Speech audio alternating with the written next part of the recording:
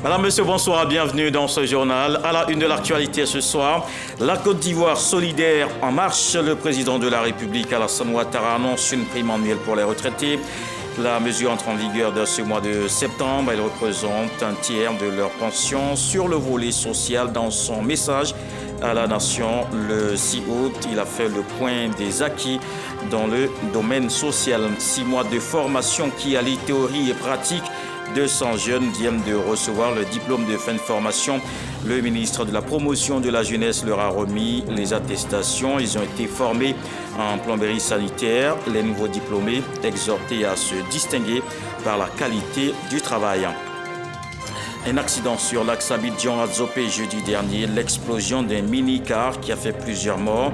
Le ministre de la Santé s'est rendu ce dimanche au centre des Grands Brûlés de Cocody où sont internées 4 victimes. Pierre Demba leur a réaffirmé le soutien du gouvernement. Leurs soins sont entièrement pris en charge. Et puis les Jeux Olympiques de Paris ont pris fin ce dimanche avec la cérémonie de clôture au Stade de France. Pendant un peu plus de 15 jours, près de 11 000 athlètes se sont affrontés dans une course aux médailles. Paris passe le relais à Los Angeles pour 2028. Le vice-président de la République est arrivé hier samedi en fin de journée à Kigali, capitale du Rwanda. Timo Komelie-Kone a représenté le président Alassane Ouattara à la cérémonie d'investiture du président rwandais Paul Kagame, rappelons-le, réélu mi-juillet pour un nouveau mandat à la tête du Rwanda. Il a prêté serment devant le président de la Cour suprême. Le chef de l'État rwandais s'engage à préserver la paix et la souveraineté nationale. Et revenons sur le discours à la nation le 6 août dernier. Le président de la République a mis l'accent sur le social. Il a souligné les efforts déployés, d'importants investissements ont été enregistrés pour le bien-être des populations. Le président Alassane Ouattara a notamment pris une décision majeure en faveur des retraités. Ces derniers vont bénéficier dès septembre d'une prime annuelle, le tiers de leur pension, une manifestation de la Côte d'Ivoire solidaire qu'il prône ces dernières années, que l'on voit dans cet élément de Serge Coléa. La Côte d'Ivoire solidaire, prônée par le président de la République, on peut le dire, est une réalité concrète. Le discours à la nation du 6 août en a donné la preuve de la haute portée sociale du programme de société du chef de l'État. Nos politiques sociales ont fait reculer la pauvreté en Côte d'Ivoire. Cependant, nous restons conscients des efforts complémentaires à fournir. Et c'est pourquoi nous demeurons engagés à construire une solidarité toujours plus grande pour le plus grand nombre. Nos populations, surtout les moins favorisées, doivent être mieux protégées et mieux accompagnées.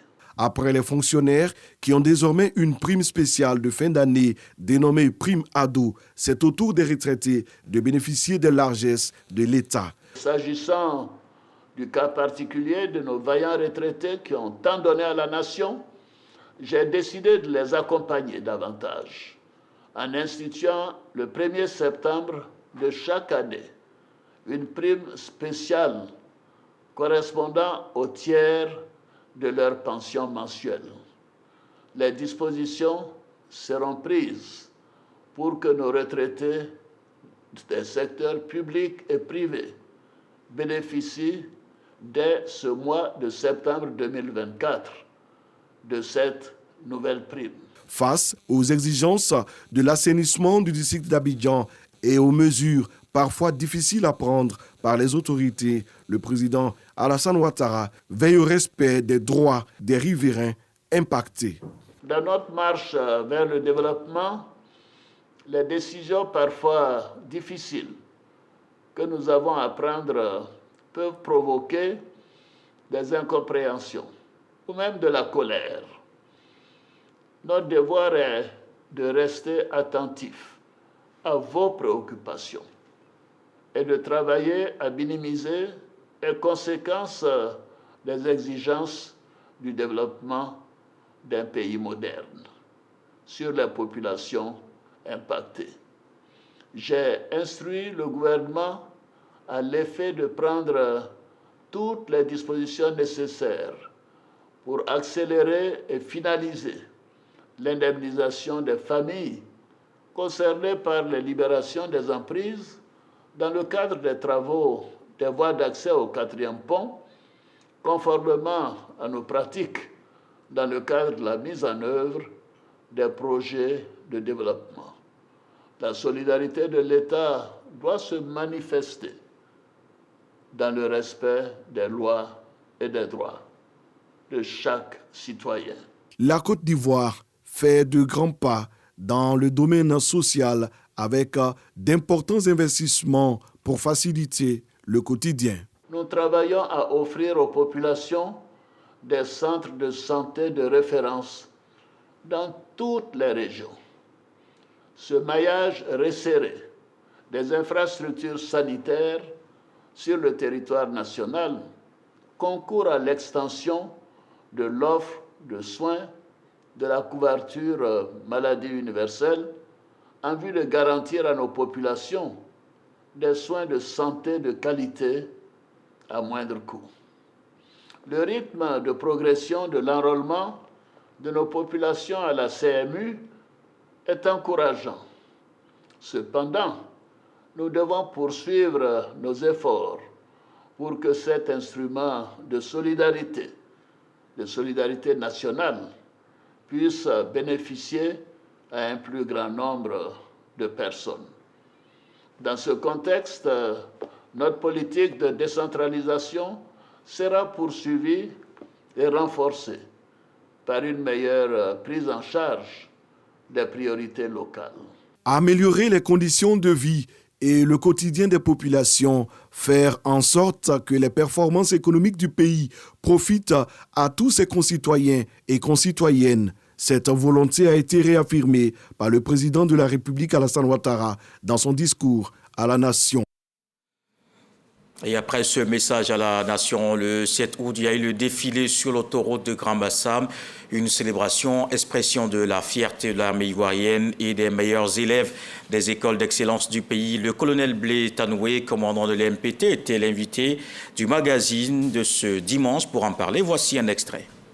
Au cours des défilés, il s'agit de montrer trois choses. La première, c'est de montrer la soumission des armées aux autorités politiques. La seconde, c'est de présenter les investissements qui ont été réalisés dans le cadre du renforcement des capacités des forces. Et la troisième, c'est de montrer que les Ivoiriens peuvent faire confiance en leur armée. La préparation d'un tel événement exige du professionnalisme et pour ce faire, l'État-major général des armées a mis en place un comité d'organisation qui est supervisé par le général de division Dem Ali Justin, chef d'état-major général des armées adjoint.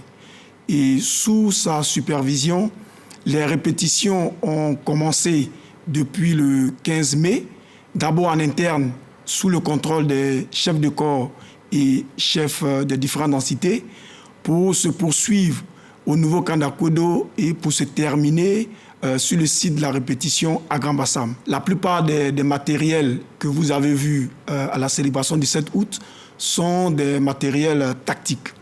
Il a fallu donc prendre des dispositions particulières pour leur convoyage. Et ceci afin d'éviter les accidents, mais également de susciter des interrogations au sein de la population. Et après la cérémonie officielle à Grand Bassam, voyons ce qui s'est passé ailleurs dans le pays. Allons donc à Genteguela, Danane, Zouaounié, Gouméré et Montezo. Les populations de Genteguela, dans le département de Touba, région du Bafing, ne sont pas restées en marge de la célébration des 64e anniversaire de l'indépendance de la Côte d'Ivoire. Le sous-préfet Nfailissou Serge Kouassi, dans son discours, a mis en lumière les actions du président de la République dans la région. De nombreux acquis ont été réalisés. Les politiques macroéconomiques, les réformes sectorielles et les instruments de lutte contre la pauvreté ont montré leur pertinence et leur efficacité. Il a exhorté la population à cultiver l'amour, la paix et le vivre ensemble. Les défilés ont meublé le 64e anniversaire de l'indépendance du pays. 64e anniversaire de l'indépendance de la Côte d'Ivoire à Danane, région du Tonpi. Défilé militaire et civil, Puis place au message du préfet du département. Aoutou Vincent décrypte le message à la nation du président de la République et fait ressortir les retombées. Les projets de développement ont été déjà réalisés ou sont en cours de réalisation, notamment des constructions d'écoles et de centres de santé. Le préfet du département de Danané exhorte les populations à faire confiance au gouvernement, indiquant que celui-ci poursuit ses efforts pour le bien-être des populations. Les populations de Zangouin, dans le département de Mans, région du Tonkpi, ne sont pas restées en marge de la célébration des 64e anniversaire de l'indépendance de la Côte d'Ivoire. Le sous-préfet Djekou Fayo Léonard, dans son discours, a mis en lumière les actions du président de la République dans la région. Les références structurelles dans tous les domaines clés de notre économie, la mise en place d'une politique nationale d'emploi et d'insertion professionnelle des jeunes, le relèvement du prix bon-champ du cacao à 1500 francs. Il a exhorté la population à cultiver l'amour et la paix. Les défilés ont meublé le 64e anniversaire de l'indépendance. 64e anniversaire de l'indépendance de la Côte d'Ivoire à Zouounia, région du Tonkpi. Défilé militaire et civil, puis place au message du préfet de département. Moussa Dao décrypte le message à la nation du président de la République. Le gouvernement a décidé, à travers le programme PS12, de reconduire cette année 2024 les projets des guichets uniques de l'emploi jeune qui permettent à ceux en quête d'emploi ou de formation d'en toujours. Le préfet du département de Zouounia exhorte les populations à faire confiance au gouvernement. Les festivités de l'an 64 de l'indépendance à Erebo, village de la sous-préfecture de Gouméré, dans le département de Bondoukou. Abou Bedi Michel, sous-préfet de Gouméré, passe en revue les troupes, puis le salut aux couleurs. Dans son adresse, le représentant du chef de l'État salue la bonne collaboration entre les forces de défense et de sécurité avec les populations. L'autorité préfectorale exhorte ses administrés à cultiver les valeurs républicaines. Le défilé civil a meublé cette célébration de l'an 64 de la souveraineté de la Côte d'Ivoire à Gouméré. Les populations dans toutes leurs composantes ont été gratifiées de belles prestations artistiques.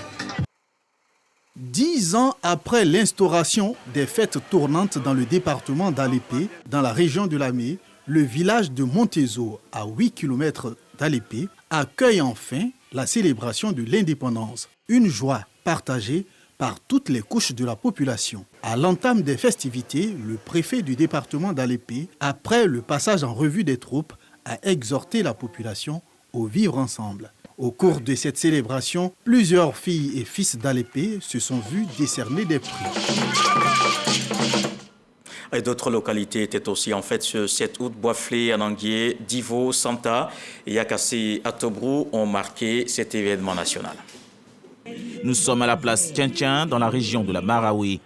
Ici, jeunes, adultes, enfants sont témoins des festivités.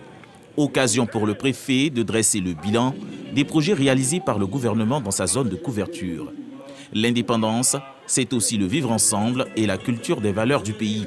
Les chaleureuses félicitations aux acteurs politiques locaux pour le déroulement dans le calme et dans la paix des derniers scrutins couplés, restaurant ainsi l'image du berceau du vivre ensemble qui colle bien à la Maraoué. À l'approche des opérations électorales, le préfet a sensibilisé la nouvelle génération à s'approprier le processus démocratique en s'inscrivant massivement. C'est dans un esprit de famille et de communion que la localité d'Ananguier, dans le département d'Azopé, région de Lamé, a célébré les 64 ans de l'indépendance de la Côte d'Ivoire. À cette occasion, les populations dans toutes leurs composantes ont exprimé par leur présence massive leur amour pour la patrie. Kone Ghislaine Mariam, sous-préfet d'Ananguier, s'en félicite. En seulement 2 mois à la tête de la circonscription d'Ananguier, le sous-préfet Kone Mariam Ghislaine et les populations ont établi des rapports de confiance excellents au bénéfice du développement et du progrès de cette localité. Loviguier, chef-lieu de sous-préfecture dans le département d'Agboville. C'est dans la ferveur populaire que les populations, à leur tête, le secrétaire général 1 de préfecture, ont célébré l'an 64 de l'indépendance de la Côte d'Ivoire. Arsène Jean-Jacques s'est félicité des avancées notables en termes de développement et de progrès des populations de l'Ovidié. Dans cette partie de la région de la Niébitiassa, autochtones, allochtones et allogènes vivent en parfaite harmonie et c'est de cet admirable vivre ensemble que l'Ovidié tire sa force pour amorcer sa marche vers le progrès. Le 64e anniversaire de l'indépendance de la Côte d'Ivoire, célébré à Divo. Après la revue des troupes et le salut aux couleurs, le premier responsable administratif du département s'est adressé à ses administrés. Le préfet Célestin Wombléon salue l'implication des cadres, élus, chefs traditionnels et guides religieux pour le maintien de la paix et de la sécurité. Le défilé militaire et des corps constitués ont ponctué ces festivités. La sous-préfecture de Santa, dans le département de Biankouma, a célébré les 64 ans d'indépendance de la Côte d'Ivoire avec un appel à l'unité de son administrateur, Atta Benyé. Je voudrais vous appeler à l'optimisme et à l'espérance. Je voudrais vous appeler au travail. Je vous appelle également à redynamiser la cohésion sociale et le vivre ensemble dans vos différentes localités. Les festivités de l'indépendance à Santa ont également été marquées par des journées culturelles et sportives, ainsi que la célébration de l'excellence avec la distinction des meilleurs élèves et travailleurs de la localité. Le département de Yakassé-Atobrou a célébré avec ferveur le 64e anniversaire de l'indépendance de la Côte d'Ivoire. Marcelin Djedje, préfet de Yakassé-Atobrou, a mis à profit la tribune pour rappeler le rôle important de la cohésion sociale et le respect de la chefferie traditionnelle. Cette journée a été l'occasion de renforcer les liens communautaires et de réfléchir aux défis futurs tout en célébrant les progrès réalisés depuis l'indépendance.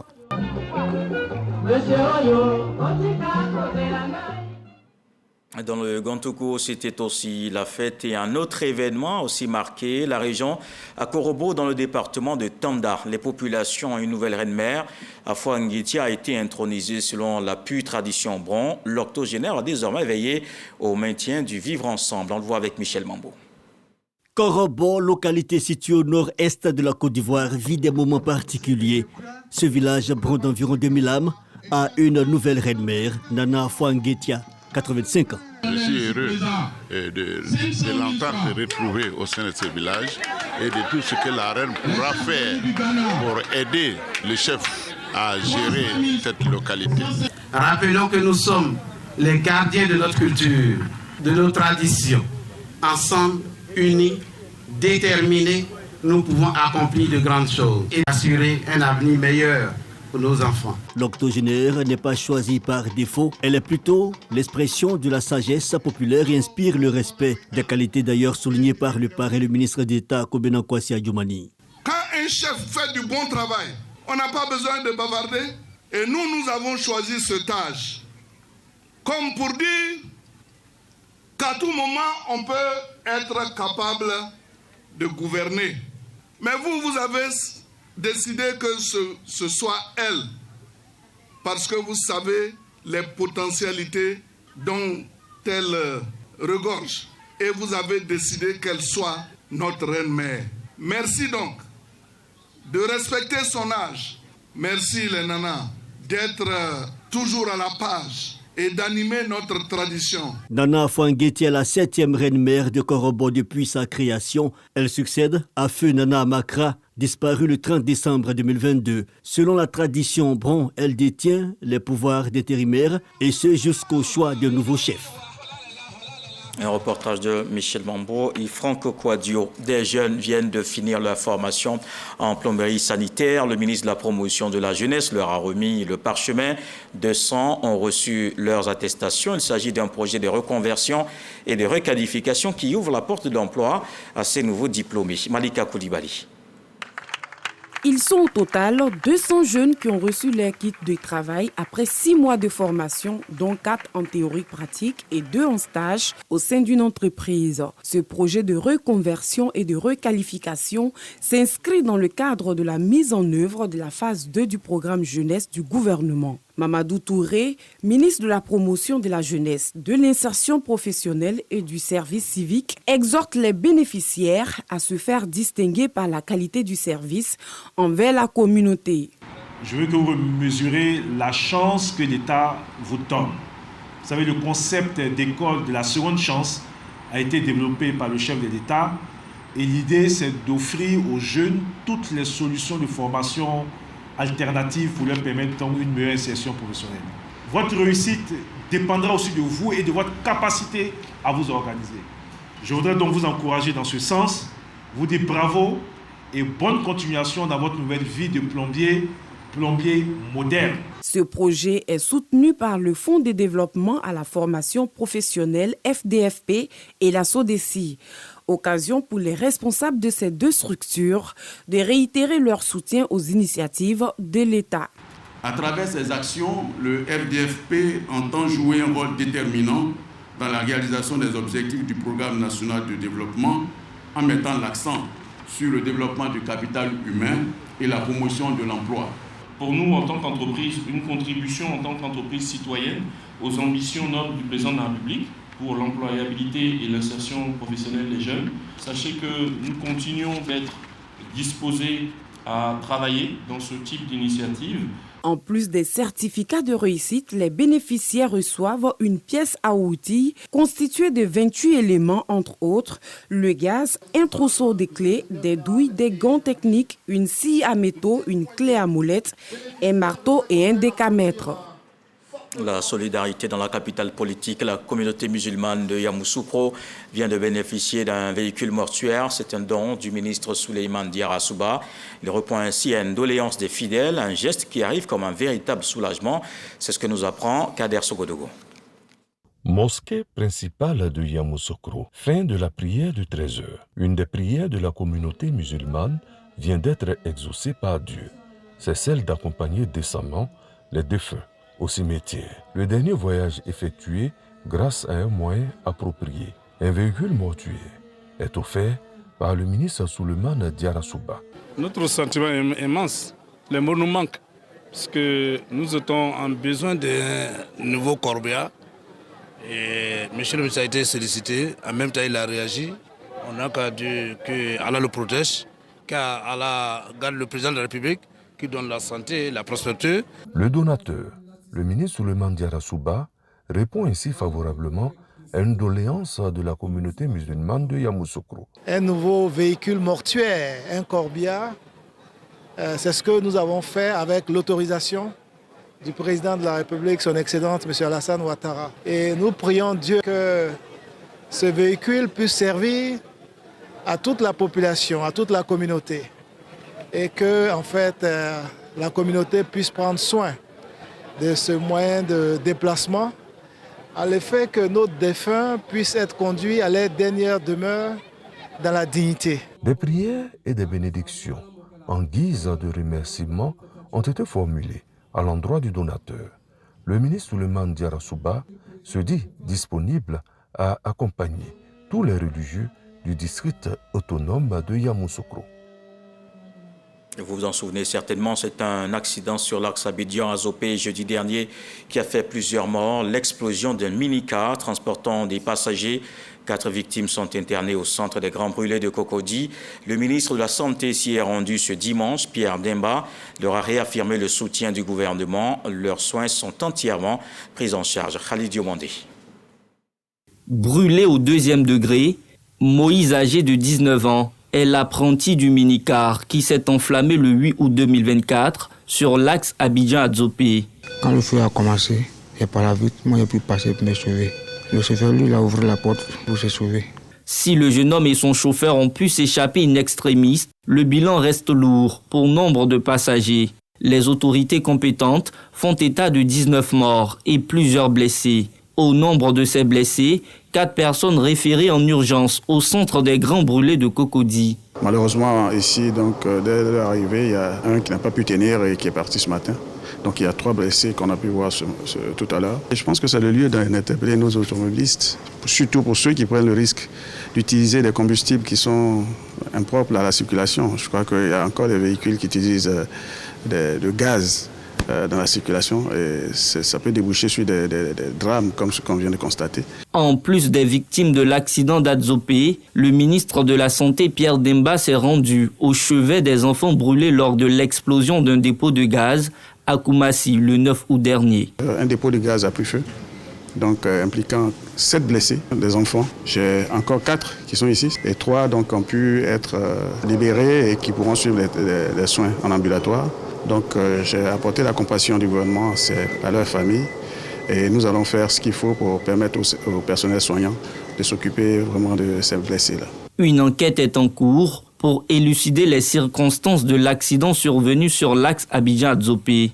Pierre Demba promet que le gouvernement ne lésinera pas sur les moyens pour assister les familles des disparus et celles des blessés. En santé toujours, il y a aussi ce don à l'établissement sanitaire de Bakanda. C'est dans le département de Grand Laou. Le centre a de nouveaux engins roulants, dont une ambulance. Ces équipements vont faciliter la prise en charge des patients, notamment dans les zones reculées. Dans l'actualité politique ce soir, un meeting de remobilisation à Yamoussoukro. Les jeunes du Rassemblement des Oufouettistes pour la démocratie et la paix ont rendu hommage au président de la République. Ils saluent ses actions en faveur du développement. Une rencontre dans le cadre des tournées de remobilisation de la jeunesse du parti en présence des ministres Souleymane Diarra-Souba et Mamadou Touré. Kader Sogodogo. Pour ses actions en faveur de la jeunesse ivoirienne, l'Union des jeunes du Rassemblement des Oufouettistes pour la démocratie et la paix, UJRHDP, organise une journée d'hommage au président de la République, Alassane Ouattara. Réunis à la Fondation Félix Houphouët-Boigny pour la recherche de la paix à Yamoussoukro pour ce meeting de reconnaissance et qui sonne également l'heure de la remobilisation, le ministre Souleymane Diarra-Souba, coordonnateur régional du RHDP du district autonome de Yamoussoukro, exhorte les jeunes du parti à s'engager résolument pour la préservation de la paix, la stabilité en Côte d'Ivoire. Aujourd'hui, notre prochain challenge, c'est de gagner au premier tour des élections présidentielles d'octobre 2025. Et pour y arriver, il faut que nos jeunes frères qui n'ont jamais voté puissent se mobiliser dans les quartiers, dans les villages, dans les hameaux, pour être inscrits sur la liste électorale. Vos présidents de comité de base, vos responsables des ordres, les coordinateurs adjoints et toutes les personnalités politiques feront le travail avec les CGL pour que vous puissiez avoir les papiers, pour ceux qui n'ont pas de papiers, à l'effet qu'on soit inscrit sur la liste électorale. Pour sa part, le ministre Mamadou Touré, président de la cérémonie, salue l'engagement et toutes les actions des jeunes qui contribuent à donner de la visibilité aux actions du chef de l'État et celles du RHDP partout en Côte d'Ivoire. Que le parti en ordre de bataille, le parti en marche, avoir les jeunes d'un côté, les femmes d'un autre côté, avec cette grande capacité de mobilisation et d'organisation, monsieur le ministre, je ne vois pas qui peut nous perturber d'ici 1 an. Cette cérémonie rythmée par des prestations artistiques s'est déroulée en présence des cadres politiques RHDP du district autonome de Yamoussoukro et ceux venus d'ailleurs. Une journée de reconnaissance et d'hommage au président de la République est prévue le 14 septembre à Guiglo. La présidente du comité d'organisation, Anne-Désirée Ouloto, et son équipe ont fait le tour des 3 régions du district autonome des montagnes. C'est la mobilisation des populations pour saluer le développement dans cette partie du pays. Chris Diomandé, Jean-Marc Diadji. Toujours, allons lui dire merci pour ce qu'il a fait hier, pour ce qu'il fait aujourd'hui et pour ce qu'il fera demain. Est-ce que je peux compter sur les jeunes du pays? La Côte d'Ivoire. Le Tonkmi, le Guémo et le Cavali, les 3 régions du district des montagnes rendront hommage au président de la République Alassane Ouattara le 14 septembre prochain. Lieu choisi, Guiglo. Les cadres sonnent la mobilisation et après plusieurs tournées dans différentes contrées de la région, c'est le moment de faire le point. Le coup d'accélérateur va être envoyé tout naturellement par nos populations qui ont eu désormais toute la nouvelle, la bonne nouvelle, celle de tout un district avec leurs élus, leurs cadres, leurs chefs, toutes les communautés qui y vivent pour qu'ensemble du 12 au 14 septembre prochain, nous puissions dire merci au président de la République. Réussir le pari, c'est impliquer toutes les forces vives et ce n'est pas une lapalissade de le rappeler. Demandez donc à nos chefs, à nos femmes, aux jeunes, à tous nos leaders, aux élus et à tout le monde de se mobiliser fortement pour que nous puissions rendre au président de la République un hommage dont il soit totalement digne. J'appelle les parents de toutes les 3 régions à se mobiliser pour que le 14, toute la population de notre région se retrouvera à Guiglo. J'invite tous mes parents de la région du Tonkpi, femmes, jeunes, hommes, que personne ne se fasse compter cette histoire. Toute la Côte d'Ivoire est en branle pour exprimer toute sa reconnaissance. Ce qui est derrière ça aussi, c'est pour nous une manière de dire au président que nous avons encore faim de lui. Nous préparons une fête de gratitude, une fête de la fraternité, une fête de l'union des enfants du district des montagnes. Cela suffit pour que nous nous retrouvons nous tous. Je vais demander à tous mes parents du Tonkpi, du Guémon, du Cavali, de sortir ce jour du 14 à Djiglo. Toutes les sous-préfectures du Guémon ont un collège de proximité. Qui peut faire ça si ce n'est pas Alassane Ouattara? C'est un rassemblement de vertu. Dis merci à la plus haute personnalité de ce pays parce que le président Alassane Ouattara est un appui inestimable pour le développement de ce district-là. En outre, convient-il de noter le chronogramme après le 12 septembre. Le jour suivant, Dieucoué abritera la grand-messe en faveur des actions de développement dans le Grand Ouest, hommage dont le clou aura lieu le 14 septembre dans le Cavali. Dans le même élan, le collectif des organisations de jeunesse pour la victoire du RHDP en octobre 2025 souhaite se mettre au service du parti au pouvoir. Il vient de lancer ses activités de mobilisation avec en ligne de mire la présidentielle à venir. Olivier Krah, Patricia Omouetia, Sangari Adama. Inscription des jeunes sur la liste électorale. Le collectif des organisations de jeunesse pour la victoire du RHDP accentue la sensibilisation. La structure appelle l'ensemble des jeunes à se mobiliser pour participer massivement à l'opération. Bientôt, c'est l'enrôlement qui va commencer. Tous les nouveaux majeurs, nous allons sillonner toute la Côte d'Ivoire pour enregistrer le maximum de nouveaux électeurs pour la cause du RHDP. Et en plus de cela, nous allons aussi les former. Un appel à la jeunesse militante du RHDP afin d'assurer la victoire du parti en 2025. L'action est soutenue par les cadres. Nous, au sein du parti, au sein du RHDP, nous saluons cela et nous encourageons encore des initiatives pareilles. Parce que c'est ensemble qu'on sera fort.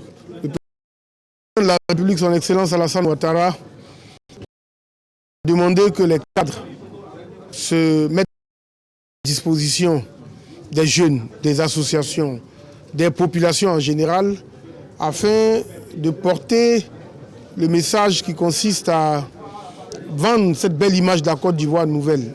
Donc nous invitons les jeunes à se faire enrôler massivement et à prendre toute leur place dans cette élection qui viendra, mais surtout à véhiculer les messages de paix. Selon le collectif des organisations de jeunesse pour la victoire du RHDP, cette première rencontre est le début d'une série de mobilisations des jeunes. Plusieurs communes seront visitées afin de faire passer le message relatif à l'enrôlement sur la liste électorale. En religion maintenant, des pèlerins ivoiriens sont à Lourdes. Ils y sont avec plusieurs intentions de prière, dont la paix, la cohésion sociale et l'amour du prochain. Ils ont également prié pour la Côte d'Ivoire. Marie-Chantal Akandan, Hermania Bien. La Côte d'Ivoire a l'honneur à Lourdes, dans le sud-ouest de la France, à travers les pèlerins du groupe Jean-Paul Nobou. Cette ville mariale accueille de nombreux pèlerins. La délégation ivoirienne y est avec plusieurs intentions et veut symboliser par 2 actes forts. Une visite à la grotte de Massabielle, lieu où la Vierge Marie est apparue 18 fois à Bernadette, une adolescente de 14 ans, et le dépôt d'un siège qui restera allumé durant la période du pèlerinage. C'est le signe de notre présence ici à Lourdes, de tout ce groupe-là qui porte les intentions de chacun d'entre nous d'abord, et puis les intentions du groupe dans l'ensemble et de toute la Côte d'Ivoire que nous sommes venus déposer au pied de notre mère la Vierge Marie. Avec les échéances qui s'approchent, nous prions pour que celle-là même qui est la reine de la paix, mais apporte la paix tant souhaitée pour notre pays, la Côte d'Ivoire. Et la paix dans le cœur de tout un chacun aussi. Au nombre de 150, Les pèlerins ivoiriens disent attendre beaucoup de ce rendez-vous de prière avec Jésus par Marie. Nous sommes venus avec assez d'intention de la part de nos amis, de nos familles qui veulent vraiment qu'on prie pour eux ici. Donc nous sommes là pour porter ces messages-là à la Vierge Marie. Au sortir de ce pèlerinage, on espère vraiment les grâces que la Vierge promet par son intercession pour toute personne, pour toute famille, tout pays qui met les pieds à Lourdes. Nous venons tous prier la Vierge Marie pour qu'elle donne la paix à notre pays, la paix dans tous les cœurs, dans toutes les familles. On ne peut pas avoir de développement sans la paix. Donc la paix est importante pour qu'un pays avance. Je suis de confession musulmane et je suis venu ici à Lourdes pour répondre à une promesse faite à l'invitation d'un ami parce que cet ami m'a soutenu pendant les moments les plus durs et pour perdurer surtout cette amitié. Parce que l'amitié, je trouve qu'elle est sacrée. Toutes les confessions religieuses s'y rejoignent. Donc nous sommes venus pour faire cette prière ensemble. Une journée marquée par une messe d'action de grâce au cours de laquelle les pèlerins ont réaffirmé leur attachement à Marie.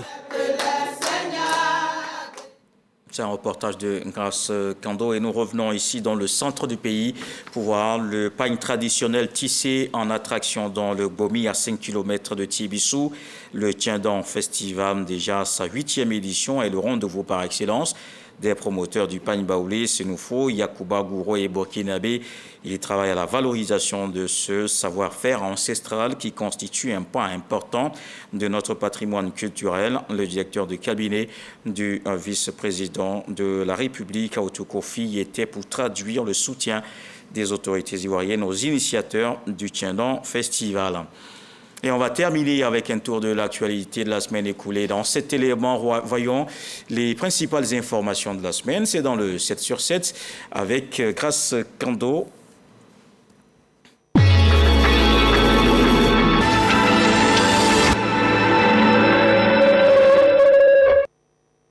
Réélection contestée du président Nicolas Maduro. Le président brésilien Lula da Silva en visite d'État au Chili a appelé lundi le gouvernement vénézuélien et l'opposition au dialogue afin de résoudre le conflit électoral.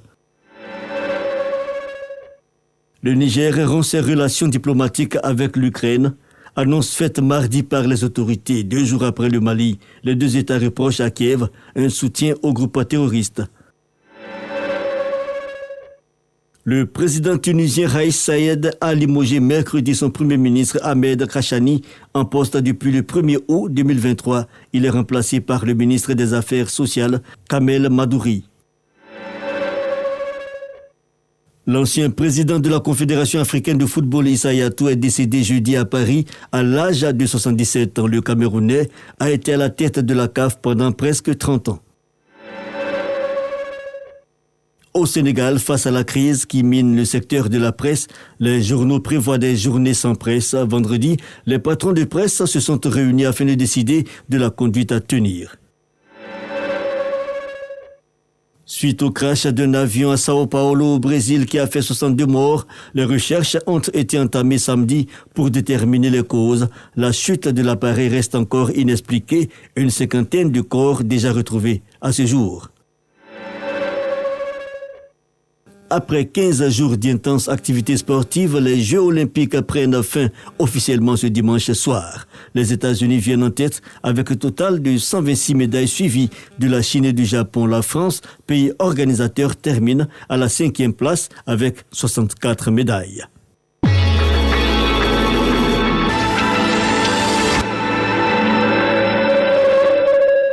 C'était le 7 sur 7 avec Franck Padio et ce journal est terminé. Merci de l'avoir suivi. Retour de l'actualité 23h. Ce soir, le sage nous apprend que c'est pendant la journée que l'on doit chercher la route du champ. Je vous souhaite une fructueuse semaine. Dieu le voulant, on se retrouve demain.